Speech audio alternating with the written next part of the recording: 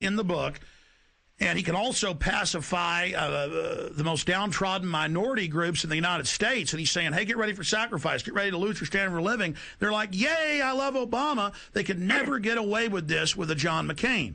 Obama basically does a couple of things. One is, again, this idea, kick the Chinese out of Africa. Kick them out of Sudan where they get oil. Kick them out of Zimbabwe where they get raw materials. Start a civil war in Congo, another big source of raw materials. Al-Qaeda, an arm of the U.S. intelligence community, is now active in Algeria, Tunisia, Morocco. You've got a destabilization going on in Kenya around Odinga. That's Obama's cousin. This is a guy who has two children. They're Obama's niece and, nephew in a broad sense. And one of them is named Raul, and the other one is named Winnie, after Winnie Mandela, who did the necklacing and political assassinations in South Africa. So this Odinga is essentially a CIA destabilizing operation in Kenya, and he's got a Odinga Islamic Alliance to crush the Christians in Kenya, but this also reaches into Ethiopia, it reaches into Uganda, Congo, Tanzania, and a whole bunch of other countries in that region. So all of Africa is a battlefield in flames between the U.S. and the Chinese, with Obama leading the charge to kick the Chinese out for geopolitical reasons. Number 7, radically expand federal control over family farms and ranches through the Animal ID and Premises ID system. Number 8, accelerate the merger of the United States with Canada and Mexico under the Security and Prosperity Partnership. He is also accelerating the transfer of remaining federal authority to unelected quasi-governmental bodies like the World Trade Organization. Number 9, Obama must convincingly play the part of the president and convince the people of the United States that the buck actually stops with him. This is critical to the globalist master plan, because in 4 to 8 years, Obama must take the blame, as Bush did, for the New World Order's horrific agenda. At that point, the elite will put a new puppet in the ceremonial seat of power and build him up as the savior, only to tear them down again. And so the process is repeated over and over. For their program to work, it is essential that the people not learn that the presidency is now nothing more than theater, because if they did, the people would stop looking at the pawns and start looking for the king.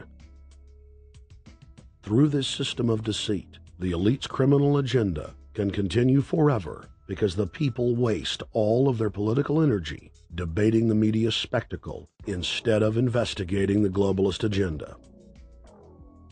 Number 10, it's Obama's job to sell the public on globalist policies that aren't in the people's best interest. But the overlords have many salesmen. His most important function is to protect the criminal oligarchs from prosecution while they loot the economy worldwide, start new wars, and engage in torture. They're called Generation O, and they were the key to Barack Obama's White House win. During the campaign, Barack Obama used the internet like no other candidate before him, harnessing the energy of millions of his supporters. But the question now is, what to do with this young, eager, energetic army? This gives Barack Obama and his administration contact information for so many people, so next time he needs to push his legislation, he can contact all these people. Kennedy-esque. I feel as though this was like when John F. Kennedy was elected. Shouting, smiles, and tears. It was the scope of Obama's victory that was most impressive. I saw a photograph of Obama playing basketball, and I said, you know what? I see him as a leader, and that's the world that's in his hands. Own a piece of history, commemorating the day the world changed forever. His confident smile and kind eyes are an inspiration to us all. In summation, Barack Obama is a Madison Avenue created fad.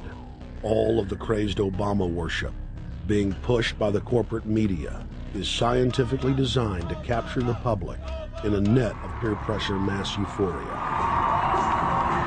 If the New World Order can just distract the public for a few more years, the elite can finish constructing their police state control grid. Now, a lot of times, we don't want to know the issue. Right. We don't want to know the issue. We feel, what do you call this thing where you get this false sense of gratification, but because a black man is in office, everything's going to be all right. No, everything's not going to be all right. Yeah. Until you look into the agenda on what the Democratic Party has been about, is about, and will be about, regardless if Barack Obama is the president or not. And that's real. Barack Obama is the perfect Trojan horse. He makes the people feel like they finally have a place at the table, even as he betrays them. I won't have to worry about paying my mortgage. Oh, it's such a blessing to see you, Mr. President. Thank you for taking time out of your day. Never in my life will think that this will ever happen. Sadly, many Obama supporters can't see what's right in front of their faces because they've already invested their very identity in this artificially created cult movement. Throughout history, it has happened over and over again.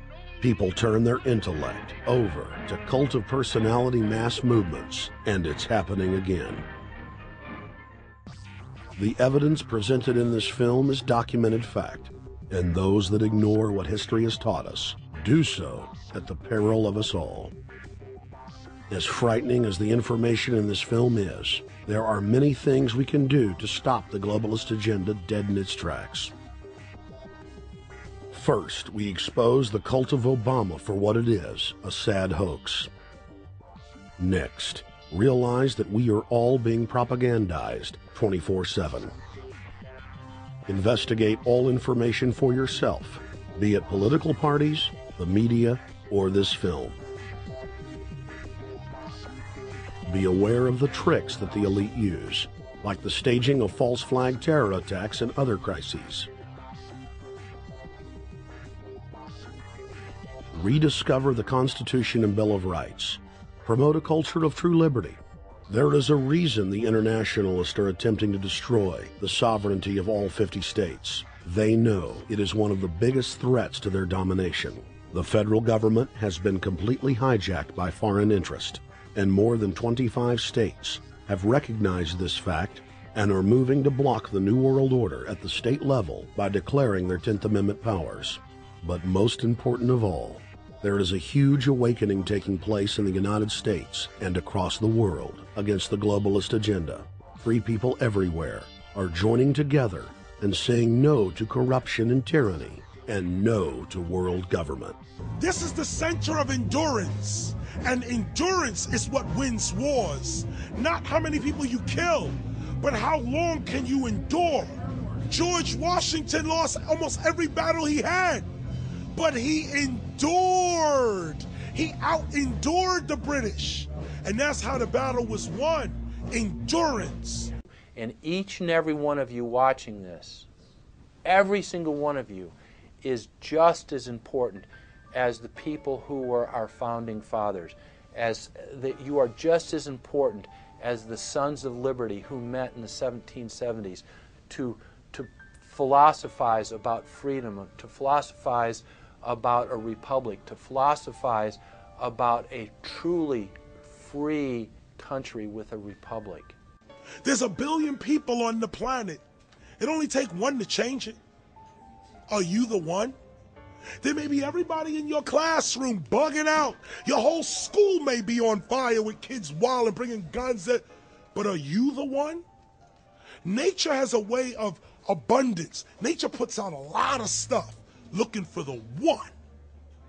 So if you're going to go along with the trend of let's just kill each other, let's disrespect each other, then you're part of nature's plan as well, to be part of just the excess.